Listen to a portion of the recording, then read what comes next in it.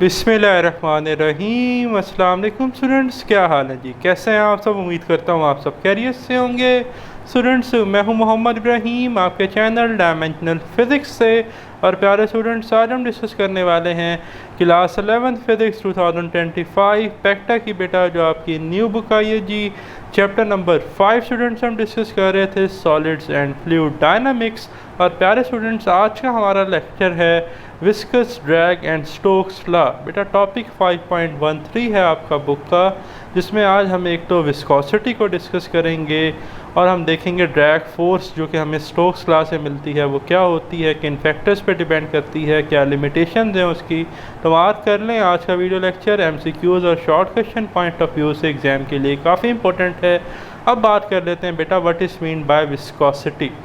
Viscosity कहते हैं कि बेटा आपको पता है हमारे पास डिफरेंट लिक्विड्स होते हैं, तो डिफरेंट लिक्विड्स में जो लिक्विड्स की लेयर्स होती हैं उनमें जो बेटा फ्रिक्शनल इफ़ेक्ट होता है different layers of flowing fluid के दरमियान, उसे हम कहते हैं विस्कोसिटी। तो सबसे पहले डेफिनेशन मार्क कर लें, the frictional effect between different layer of flowing fluid is described in term of viscosity of fluid. अब जैसे एक लिक्विड है वाटर, तो वाटर के दरमियान जो लेयर्स हैं इसमें बेटा फ्रिक्शनल इफेक्ट कम है एज़ कम्पेयर टू केचप और हनी। अच्छा, अगर हम इस तरह देखें, हनी के अंदर जो आपके पास फ्रिक्शनल इफेक्ट है बिटवीन लेयर्स ऑफ फ्लूइड वो कम है एज़ कम्पेयर टू केचप। इसका मतलब है कि केचप में जो आपके पास फ्रिक्शनल इफेक्ट है between the layers of fluid of ketchup वो ज़्यादा है। अगर हम कोई ऑब्जेक्ट वाटर से गुजारेंगे जैसे ये बॉल, तो वो इजीली गुजर जाएगी क्योंकि इनकी लेयर्स के दरमियान फ्रिक्शन कम थी, तो इस बॉल पर कम अपोजिंग फोर्स वाटर ऑफर करेगा। इसी बॉल को अगर मैं हनी से गुजारूंगा तो वाटर से ज़्यादा अपोजिंग फोर्स हनी जो है वो उस पर लगाएगा। इसी बॉल को बेटा अगर मैं कैचअप से गुजारूंगा तो हनी से ज़्यादा फोर्स जो है अपोजिंग फोर्स ड्रैग फोर्स वो कैचअप इस पर लगाएगी, उसी को हम ड्रैग फोर्स कहते हैं। तो अब इस वक्त वाटर की विस्कोसिटी कम है हनी से, हनी की विस्कोसिटी कम है केचप से, तो विस्कोसिटी को बेटा हम ईटा से लिखते हैं। ठीक है, ये सिंबल एन नहीं है, जैसे एन बनाते हैं ना उसको थोड़ा सा आप क्या कर दें, नीचे ले जाएं।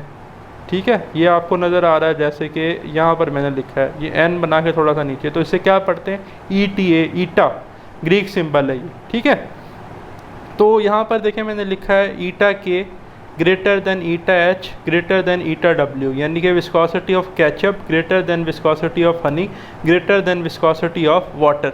ठीक है, अभी हम यूनिट भी देखेंगे। विस्कोसिटी का यूनिट हमारे पास होता है न्यूटन सेकंड पर मीटर स्क्वायर या पास्कल सेकंड। वो कैसे आता है वो मैं प्रूव करवाऊंगा स्टोक्स लॉ से। ठीक, तो एक तो डेफिनेशन मार्क कर लें, शॉर्ट क्वेश्चन एमसीक्यूज में आ सकती है। फिर एक और डेफिनेशन है, viscosity measures how much force is required to slide one layer of the liquid over another layer. कि अगर हम किसी ऑब्जेक्ट को लिक्विड में से गुजार रहे हैं, पास कर रहे हैं, तो हमें कितनी फोर्स रिक्वायर्ड है। जाहिर सी बात है वो फोर्स उतनी होगी कि जितनी ड्रैग फोर्स जो है वो लिक्विड उस ऑब्जेक्ट पे लगाएगा, उतनी या उससे ज़्यादा फोर्स हमें लगानी पड़ेगी उस सब्जेक्ट को मूव करवाने के लिए। तो एक ये डेफिनेशन बनती है, ये भी आप मार्क कर लें।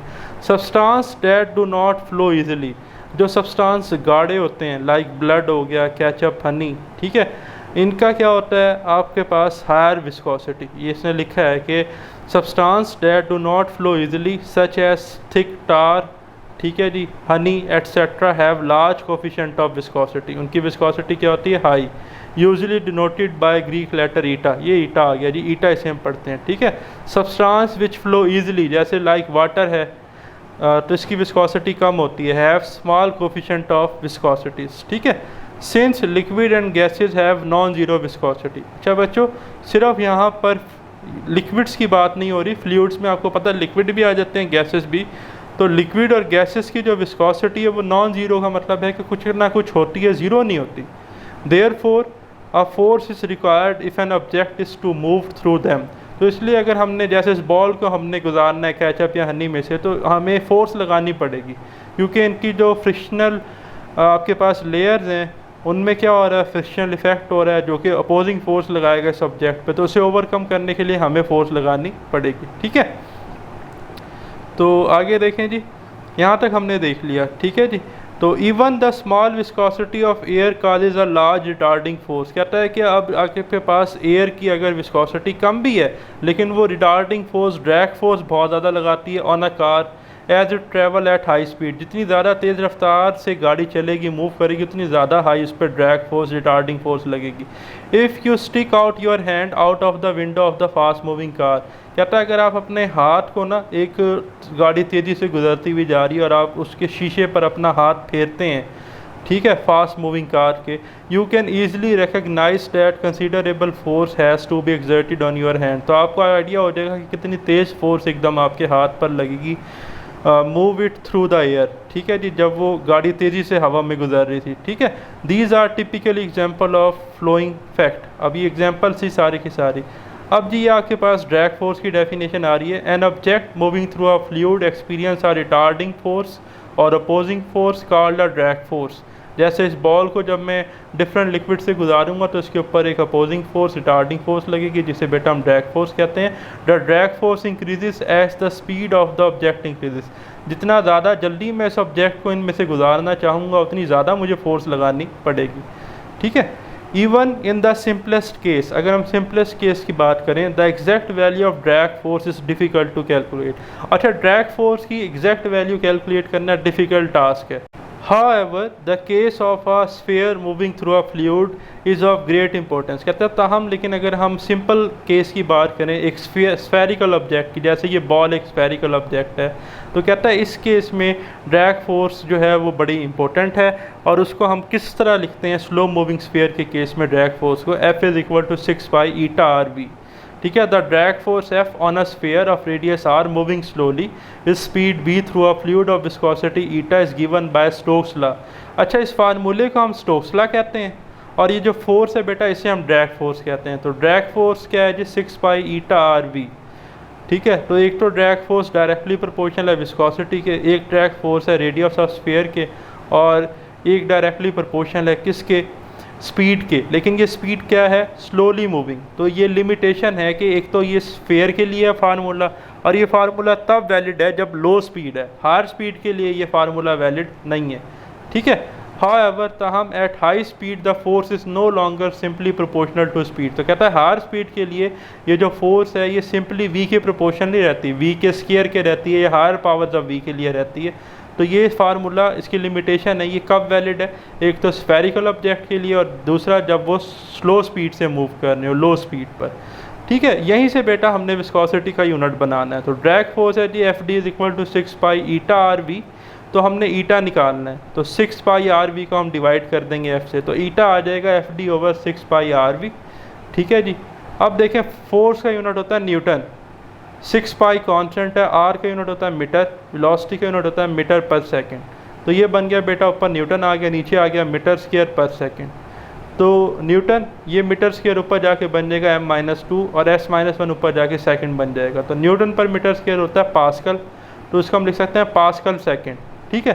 फिर बेटा पेपर में MCQs आ जाता है CGS unit of viscosity, centimetre gram second जो यूनिट है विस्कोसिटी का, उसे हम कहते हैं पॉइस। ये अपनी बुक पे नोट कर लीजिएगा, पॉइस CGS यूनिट है विस्कोसिटी का, इसे हम कहते हैं डाइन सेकंड पर सेंटीमीटर स्क्वायर, ठीक है, डाइन सेकंड पर सेंटीमीटर स्क्वायर। क्योंकि फोर्स का यूनिट SI में MKS में न्यूटन होता है, CGS में डाइन होता है। इसी तरह मीटर रिप्लेस हो जाएगा आपका सेंटीमीटर से, तो यहाँ मीटर की पावर -2 है, तो यहाँ सेंटीमीटर -2 आएगा। सेकंड ही रहता है MKS और CGS में, ठीक है। फिर एक बड़ा इंपॉर्टेंट MCQs पेपर में आ जाता है कि जो विस्कोसिटी है गैसेस की, जब हम टेम्परेचर इंक्रीज़ करते हैं तो वो इंक्रीज़ होती है। The viscosity of gases increases when we increase temperature.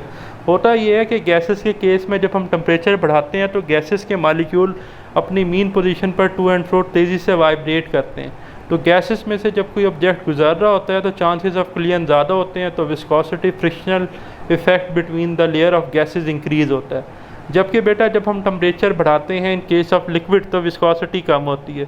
Liquid के केस में ये होता है कि जब हम टेम्परेचर बढ़ा रहे होते हैं तो जो पार्टिकल हैं वो एवेपोरेट भी हो रहे होते हैं, ठीक है, ऊपर से निकल भी रहे होते हैं। तो लिक्विड के केस में जो फ्रिक्शनल इफेक्ट है वो कम होना शुरू हो जाता है पार्टिकल्स के दरमियान, लेयर्स के दरमियान। तो टेम्परेचर बढ़ाने से लिक्विड के केस में विस्कोसिटी कम हो जाती है, ठीक है। एक तो ये बातें नोट कर लेनी है। फिर ये देखें, डू यू नो, क्या आप जानते हैं, a chimney works best when it is tall and expose to air currents which reduce the pressure at the top and form the upward flow of smoke. कहता है चिमनी वो ज़्यादा अच्छी है जो ज़्यादा टाल हो। क्यों भाई? आपने एक चीज़ देखी है कि चिमनी का जो नीचे वाला हिस्सा है वो वाइडर होता है। तो इक्वेशन ऑफ कंटिन्यूटी से बेटा अगर एरिया ज़्यादा है तो फ्लूइड स्पीड कम होगी, और फ्लूइड स्पीड कम होगी तो बर्नौलीज़ इक्वेशन से प्रेशर क्या होगा? ज़्यादा।